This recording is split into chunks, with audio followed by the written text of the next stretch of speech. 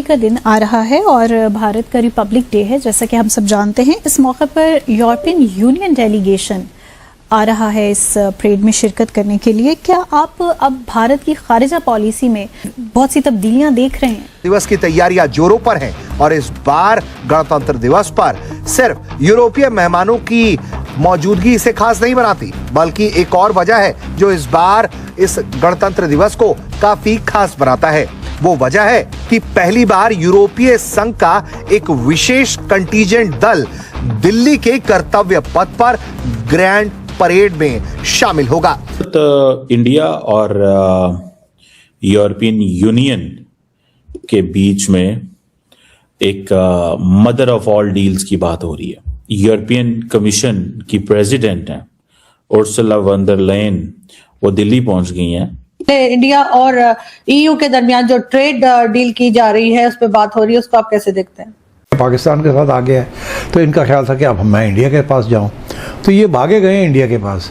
अच्छा, वहां इनकी दाल नहीं गली, ये मैं आपको बताऊं। भारत और यूरोप एफटीए साइन करने वाले हैं। अमेरिका ये देख रहा है कि भारत उसे छोड़कर यूरोप के साथ आगे बढ़ चला तो अमेरिकी प्रतिनिधिमंडल भारत में दस्तक देने पहुंचा। तो ये शुरू हो गई है कि पाकिस्तानीज कह रहे हैं कि पाकिस्तान को ट्रंप का बोर्ड ऑफ पीस को ज्वाइन नहीं करना चाहिए।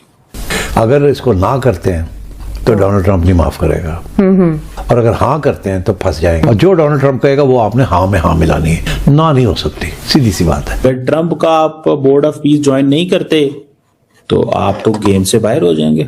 और उन्होंने जनाब वहां पे मुलाकातें भी करेंगी, जारी बात है, सब कुछ उनका चल रहा है।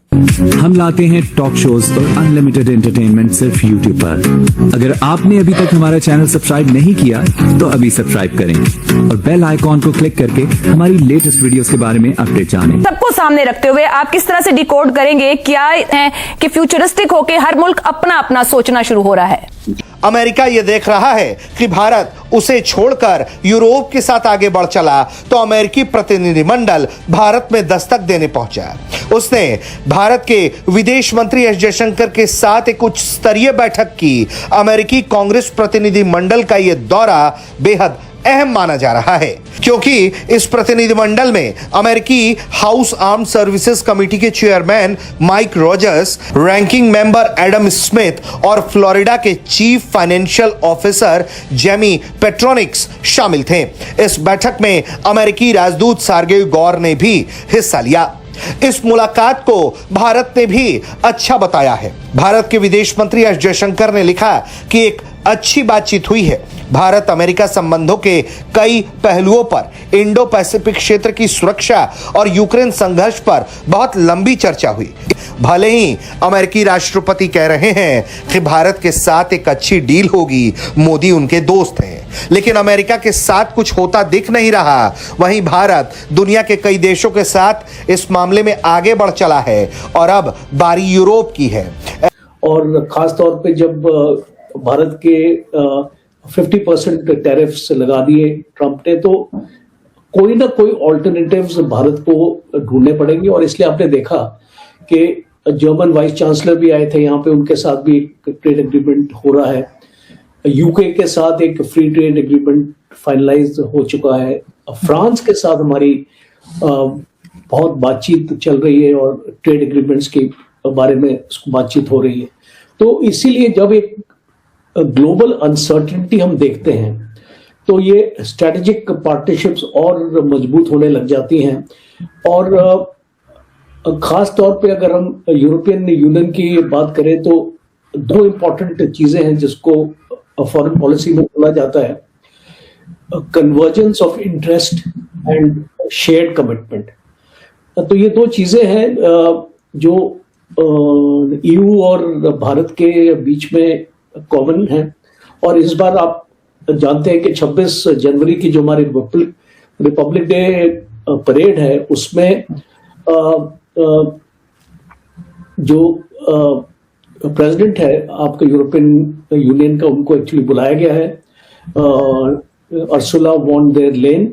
और जो काउंसिल है, जो काउंसिल प्रेसिडेंट है, यूरोपियन यूनियन काउंसिल के प्रेसिडेंट है एंटोनियो कोस्टा, दोनों को 26 जनवरी की परेड के लिए बुलाया गया है। और फ्री ट्रेड एग्रीमेंट की जो हम बात कर रहे हैं यूरोपियन यूनियन और इंडिया के बीच में, शायद इसके ऊपर मोहर लग जाए। So that is significant. ठीक है ना जी। Interesting, by the way, very interesting. अब देखना ये है कि कब किधर क्या होने जा रहा है। तो मैं आपको अगर बताता चलूं कि ये जो इंडिया जो डील है, ये फ्री ट्रेड एग्रीमेंट है, ये 2 डेकेड्स की निगोशिएशंस के बाद हो रहा है। 2 डेकेड्स की निगोशिएशंस के बाद, बड़ी देर से लगे हुए थे, लेकिन अब उनको जरूरत पड़ गई है।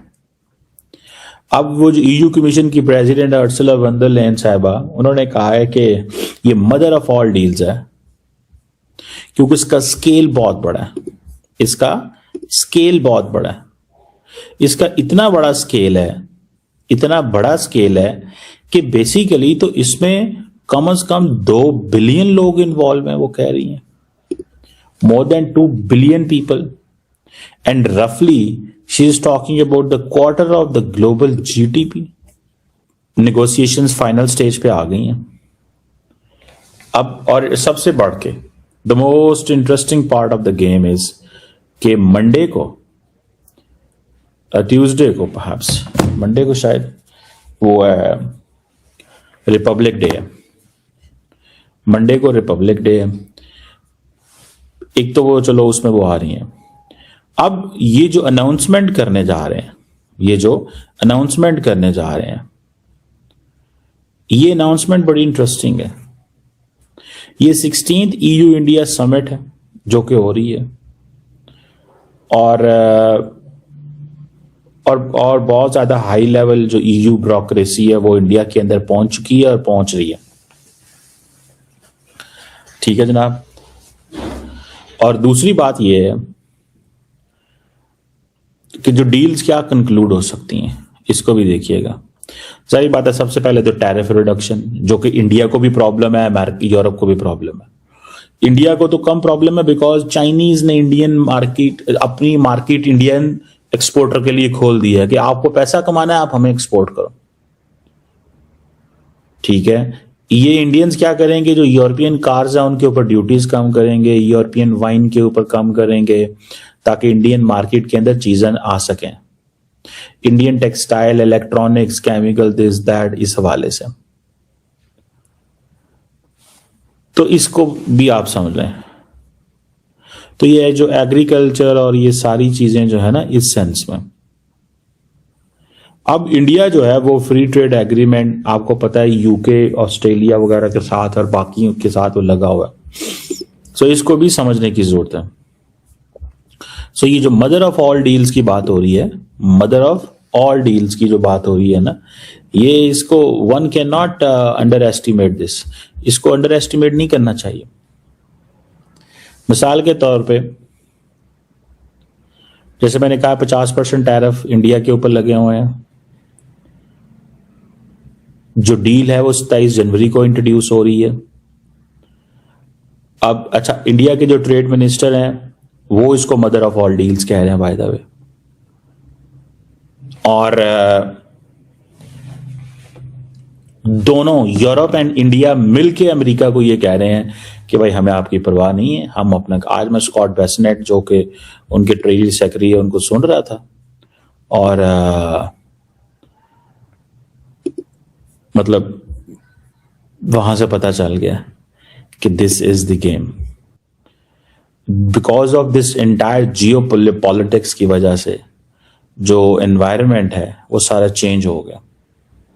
EU is looking towards China. EU's dependence on China is increasing. India's dependence on China is increasing. मैंने आपको आज बताया कि जो हैं चाइनीज जो हैं, जो इंडियंस जो हैं, वो क्या कर रहे हैं, they are into this game.